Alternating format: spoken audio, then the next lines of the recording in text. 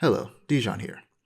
In the animation portion of episode 129 of the Mustardcast, we discussed the recent announcements of Pokemon Concierge Season 2, a new Pokemon cartoon by Aardman, a new Avatar series called Seven Havens, Vox Machina Season 4, and the animated adaptation of Critical Role's second campaign, The Mighty Nein.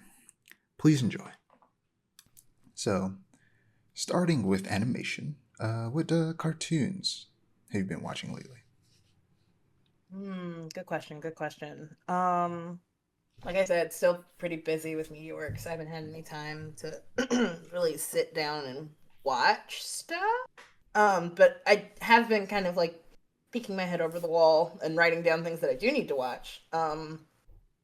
Mostly Penny and Stocking. Was it Dun Dun Dun? I know that's out. I'll probably watch that tonight because I'll have the time and stuff like that. So yeah, I've been mostly reading books over the summer. Surprisingly, I've Some been summer enjoying that a reading. lot. But yeah, lots of summer reading.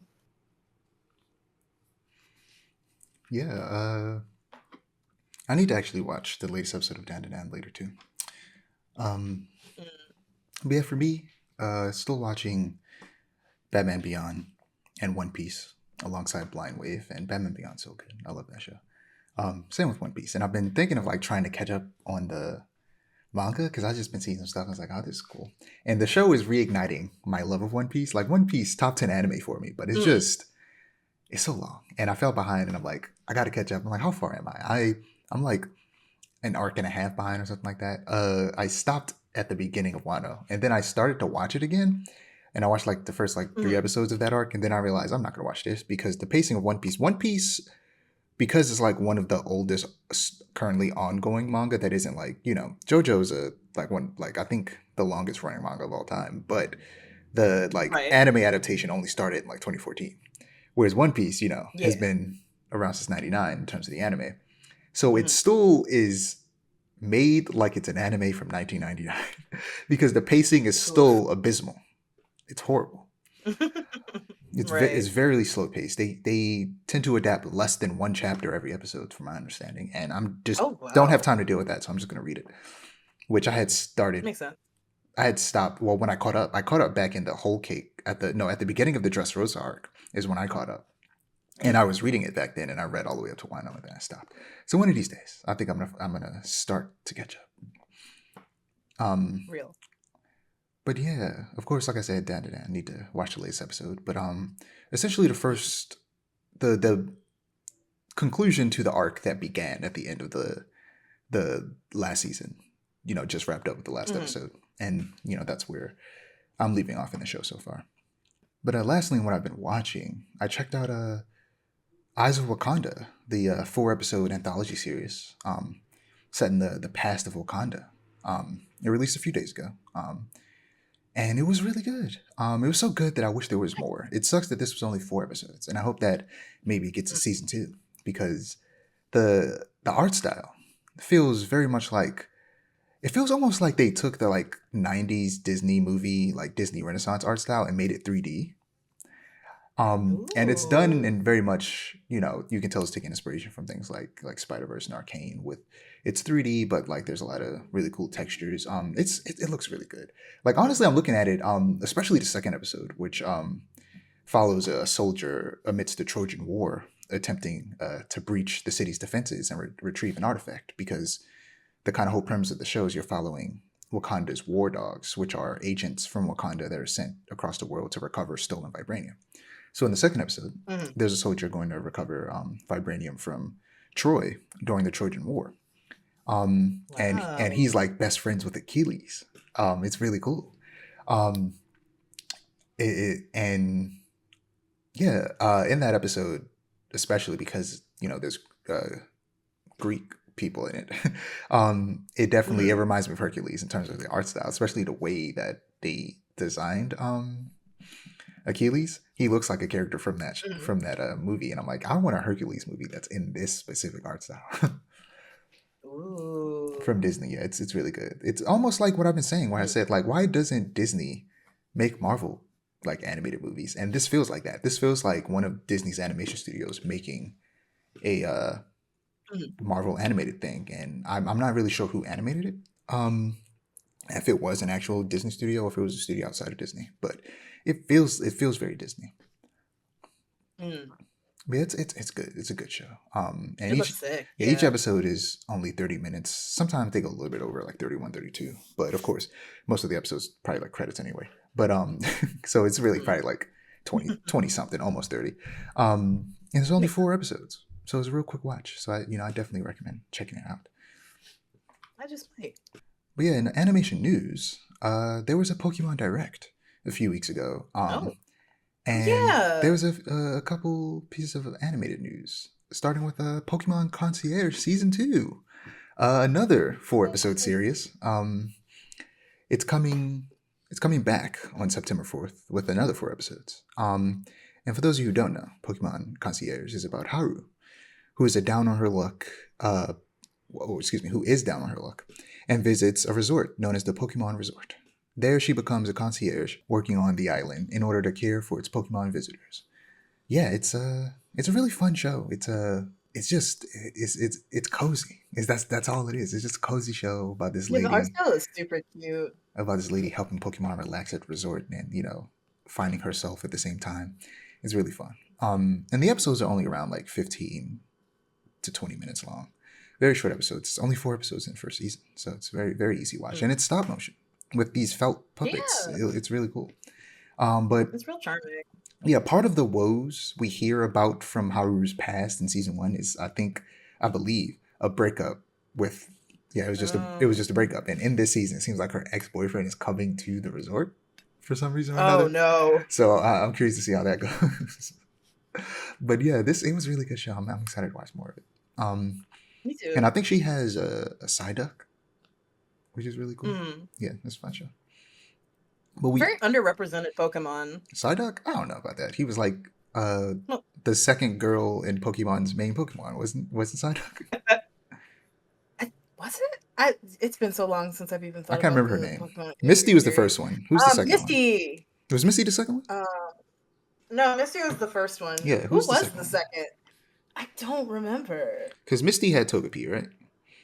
Right, yeah. And Psyduck was the main Pokemon of the girl in the second one. I can't remember her name. Let me look it up.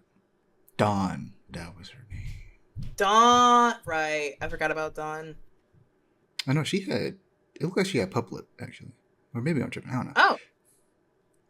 I know somebody had Maybe. Psyduck. Somebody had Psyduck at some point. but but I anyway, believe you. um, Yeah. it was also announced that Aardman, the stop animation studio, behind Wallace and Gromit and Chicken Run and various other, Mhm. stop motion claymation animated movies and shows, is creating a Pokemon animated series in their signature style. Uh, it's called The Misadventures of Sirfetch'd and Pichu, and it is coming sometime in 2027. And we saw a little teaser at the Pokemon Presents in July. In the few seconds shared, we see a Wooloo in the foreground, while in the background, Sirfetch'd just running around with Pichu. And I have a couple quotes Mm. from people from both Aardman and the Pokemon Company. Taito Ikiura, VP of Marketing and Media at the Pokemon Company, commented, "This is a dream partnership for Pokemon. Aardmen are masters of their craft, and we have been blown away by their talent and creativity. What we have been working at on together ensures our global Pokemon fans are in for a treat." And Sean Clark, managing director at Aardman, added, "It's a huge honor to be working with the Pokemon Company International. We feel sincerely privileged to be trusted with bringing their characters and world to life in a brand new way. Bringing together Pokemon, the world's biggest entertainment brand, together with our love and craft," which is true. It is 100% Yeah, the most profitable brand, period, on the face of planet Earth, which is wild. for Uh, sure. For sure. Bringing together Pokemon with the world's biggest entertainment brand, together with our love and craft, character and comedic storytelling feels incredibly exciting. Aardman and TPCI share an emphasis on heritage and attention to detail, as well as putting our fans and audiences at the heart of what we do, which we know will steer us right as we together create charming, original, and new stories for audiences around the world. So yeah, what did you think of the little teaser they sent and Aardman working I on saw a that. Pokemon project in general? I thought the teaser was really cute. I'm really excited. I didn't really grow up with Wallace and Gromit and Chicken Run as much as like a lot of other people did, Like but European I people. love our huh? I said like European people. Yeah, yeah. But like I really have always like loved and admired Aardman's style and like just the fluidity and how much charm is in their claymation. So to see Pokemon like in that kind of style, it's so exciting. It's so exciting. Yeah, looks like it'll be really fun. But you know, it's animation and it's stop motion, so it's going to take a while. So, not it. It's going to be over a year before we see this coming in 2027. Mhm. So there was also Comic Con um in the past week. So we got a bit of news from that as well. Starting with Ooh. Avatar 7 Havens. Uh, drops Yes. first look at a new Earthbender avatar set after the Legend of Korra and or Legend of Korra. And this is coming from Jordan Moreau at Variety. The artwork was revealed at San Diego Comic Con on Thursday, where Avatar celebrated its 20th anniversary. Seven Havens follows two earthbending twins when one discovers she's the Avatar, the latest person who can wield all four elements air, water, earth, and fire. The new series is set in a world shattered by a devastating cataclysm. A young earthbender discovers she's new Avatar after Korra. But in this dangerous era, that title marks her as humanity's destroyer, not its savior. Hunted by both humans and spirit enemies, she and her long lost twin must uncover their mysterious origins and save the Seven Havens before civilization's last stronghold collapses. Yeah, in the first look image, it shows the young Avatar and her half cat, half lemur looking pet tagging along behind her, while another person, presumably the sister they're referring to, walks behind her in a rocky desert land with a city in the far distance and mysterious lights brightening the sky. The show will have 26 episodes split into two seasons, so you know presumably 13 episodes each. But yeah, what did you think from just that initial look and the bit of information we have? I really like the initial look and I like the premise from the information we Mm, have, but I also feel so heavily for this avatar. She seems so young. yeah, And to have that like I that mean, title of world destroyer thrust upon her, that's kind of yeah. I mean, it sad. seems like she's around the same age Angla is. Angla's like 12. I know, and it's crazy to think about. Like I don't know. It's just like there's something about her that looks much younger than Aang did, and I don't know how to like reconcile that in my head because they're the same age, but she's just like she's baby to me. She's only so big. Also, I do like the very casual disability rep with Yeah, her prosthetic leg. I think that's really cool. yeah.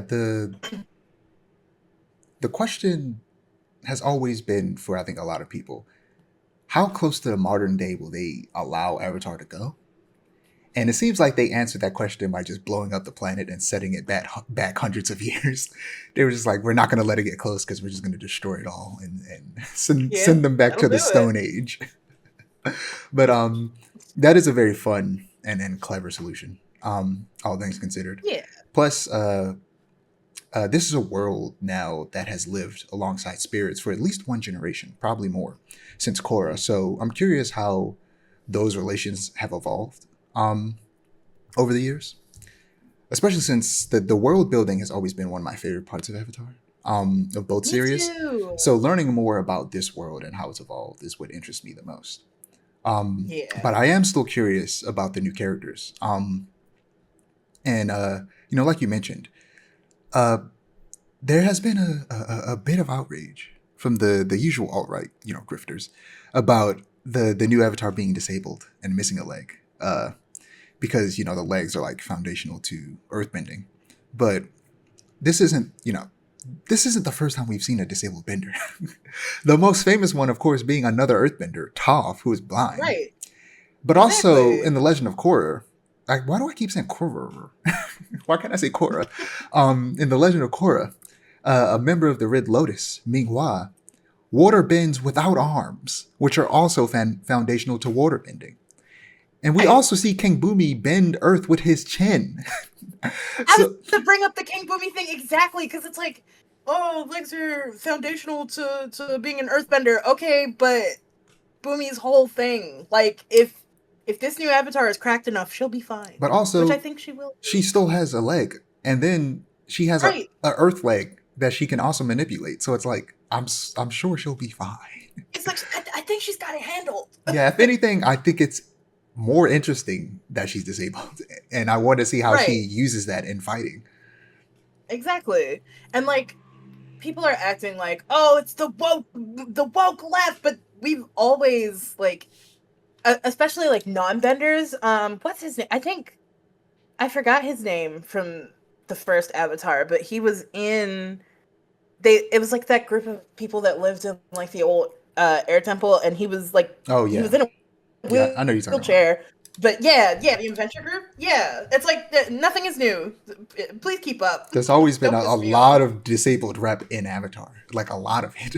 Right, like It's it's crazy. It's almost actually like crazy how much there has been. I'm just realizing just how much disabled rep there actually is in there, and how diverse it is. yeah, it's almost like some of that is like crux to the point of the narrative where it's like no matter who you are, you can do anything you set your mind to. But it's not like I watched the show or anything. Yeah. Of course, these alt-right grifters know way more about it than I do. As if it wasn't a part of my childhood. I don't know. It's just annoying. It's so annoying. Yeah, for sure. But presumably, Korra will be the only avatar in her head. So I'm curious what their dynamic will be like. And over the years, I've grown to appreciate the boldness of the decision to destroy the past lives of the Avatar in Legend of Yeah. Korra season 2, and I could see the storytelling potential both with Korra like they tried to do in the show, but also with the next Avatar. With that said, I do not want it to be permanent. I do want at some Yeah, point, no. after they have their fun and can tell a good story with Korra being the only avatar in this person's head, that they find a way to bring back the past lives. Because I do think it works for the story they were telling in the moment, but it's something that needs to be undone because I don't Yeah. like it. But also, people trying to blame that on Korra have always been so weird. It's not like she wanted it to happen or she actively did it herself. She was attacked by her Right. uncle and had a spirit forcibly ripped out of her body. And Right. I don't think it was purposeful, but I know that one of the writers that worked on the show said that there's a that they at least kind of always perceived it to be a bit of a allegory for the real life sexual assault of young women by people in their family, and to Right. then have real life people victim blame like they to do in real life when that happens is just so unfortunate. Insane. It's Yeah. insane because you watch the show and then you walk away and think it's her fault. How? Right. People just want to blame the woman in this situation. They can't. They just can't 100%. fathom the when something bad happens to a woman that it's not their fault in a fictional story, Right. especially where they feel like they have the room to be worse people because it's not a real person, which is like, no, Yeah. that's not how that And she's works. queer on top of that. It's just like it's Korra, my beloved. I feel for you. Yeah, but I'm excited for this. I love the Avatar. They also have, Me we also too. have a movie coming up, which they did a bit of a casting announcement, I think, and why am I forgetting his name? Steven Yeun. Steven Yeun is voicing Aang, not Aang, Zuko, which is weird. Oh. It's so weird. Actually, kind of excited for it. Like he'll do good. Don't get me wrong, but Yeah. Dante Bosco is a grown ass man. It's iconic. I know. He's a grown ass man. He can keep voicing Zuko. I'd like it. I don't really see the purpose in recasting Zuko. Like it's different for other Yeah. characters that weren't played by Asian people, but Zuko was already played by an Asian person. Right. So, of all the characters that didn't need to be changed, it was him. But I think their thought process Definitely is him. if we're gonna change everyone, we might as well change everyone. Got it. But like Because I think it would be weird, to have him be the only one with the same voice. Yeah. Like, Like I it would get throw it. me off real bad. Like Yeah. I would care because it's Zuko. He's the best character in the show. But Right. like, I get it. And Stevie Yeun do good. So, he's great as Mark Yeah. in Invincible. Mm-hmm. Wait, Steven Yeun is Mark in Invincible? You didn't know this? Yes, No, I didn't know he this. is the This is titular insane. Invincible. Oh my gosh, that's crazy. Yeah. I would Um, have never known if you would have never told me. we're three He's a seasons good in. voice actor. In my defense, I only watch it by proxy. I do that thing that dads do where it's like, what you watching? And they'll like stand by the couch and watch it with you for a little while. That's how I watch Invincible That's and The funny. Boys and whatnot.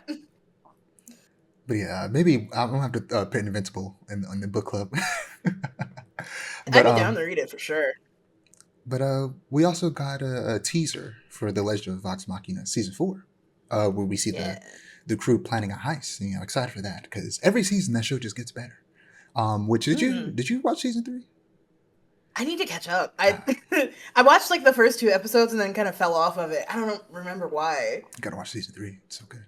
I Um, am to prepare for season 4. yeah, it's also been announced that it's been greenlit for season 5, which will also be the final season. Oh Um, snap! but of course, that's not the end of Critical Role's animated series because we got a teaser Of course. trailer for the adaptation of their second campaign, the Mighty Nine. And in the Yes, that's the one trailer, I actually like a little yeah, in the trailer, we're introduced to the various characters as they're being detained and interrogated for committing a crime. And the cast of characters include Lord Bailey as cleric Jester, Marisha Ray as monk Bo, Taliesin Jaffe as hunter Molly, Ashley Johnson as barbarian Yasha, Liam O'Brien as wizard Caleb, Travis Willingham as warlord or warlock Ford, and Sam Riegel as Goblin Not the Brave. And Matt Mercer is probably going to be voicing a lot of characters, but one of the main characters Yeah. he's voicing is the dark elf Essek Delis. Yeah, so Mm. yeah. Also, apparently, the Mighty Nine will have hour-long episodes, Yeah, sounds which about also right. means it's probably the seasons are probably going to be half as long, hmm which is fine if the episodes are double the length as well. So Yeah, I'm saying yeah, that's exciting. Definitely very excited exciting. for Mighty Nine and for Vox Machina to wrap up its story because I did get like kind of spoiled on some things because Critical Role clips just pop up in my feed now, and Mm. sometimes it's from the Vox Machina campaign, and I have to like sometimes I watch them, sometimes I skip them, but sometimes I watch them and get spoiled about future stuff. Right. But yeah, that's all I have for animation. We're not gonna do our talking about what we've been reading. We'll save that for when we actually Right. record that section. Because Yeah. I want Bree to actually hear how many comics I'm reading all the time. Uh, Of course. I need them to know the sheer amount Right. of comics that I'd be reading. I'm actually gonna stop recording because the way I'm Okay. doing things now, I'm gonna start